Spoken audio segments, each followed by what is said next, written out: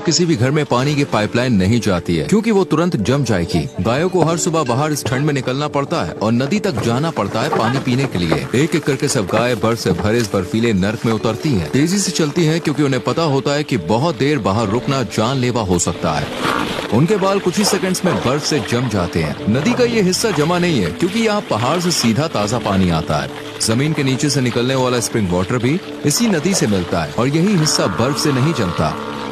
फिर अचानक मेरा पूरा चेहरा सुन्न हो गया। बाएं गाल की मसल बिल्कुल नहीं हिल रही थी। ऐसा लग रहा था जैसे चेहरा पैरालाइज हो गया हो। जब मेरी नाक जमने लगी तो ये टोकियो ने फौरन देख लिया। क्या फ्रॉस्ट बाइट है?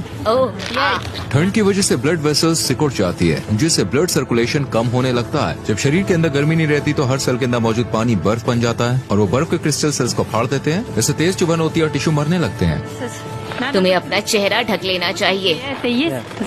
ऐसे चलते वक्त मुंह ढक कर चलो। ध्यान रखना वरना ये काला पड़ सकता है। लेकिन जैसे जैसे डॉक्यूमेंट्री आगे बढ़ती गई और तापमान और भी नीचे गिरने लगा, हम अपनी लिमिट्स को पुश कर रहे थे ताकि आपको दिखा सके कि यहाँ जिंदा रहने के लिए असल में क्या क्या करना पड़ता है। अब इस पॉइंट के बाद डॉक्यूमेंट्री शूट खत्म होने तक मैं एक बार में 10 मिनट से ज्यादा बाहर नहीं रह सकता, वरना मेरी नाक जो पहले ही फ्रॉस्टबाइट का शिकार हो चुकी है वो और खराब हो जाएगी। ये है इलाज। ये एलोवेरा और सिर्फ अल्कोहल है। इसे ऐसे भिगोकर उस हिस्से पर लगाओ जो जम गया है और हाँ, उसे रगड़ना नहीं वरना वेसल्स और कैपिलरीज को नुकसान पहुंच सकता है और जख्म बन सकते हैं।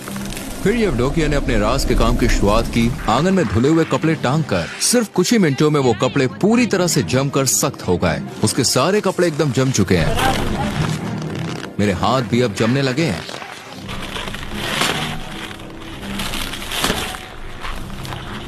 इसके बाद वो सीधे अपने बाड़े की तरफ गए गायों का दूध निकालने के लिए।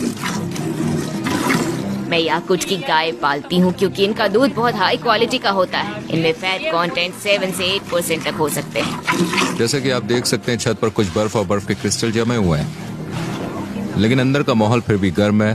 दीवारों के किनारे भी बर्फ से ढके हुए हैं। छत से कुछ पानी की बूंदें टपक रही हैं जो अंदर की नमी की वजह से है।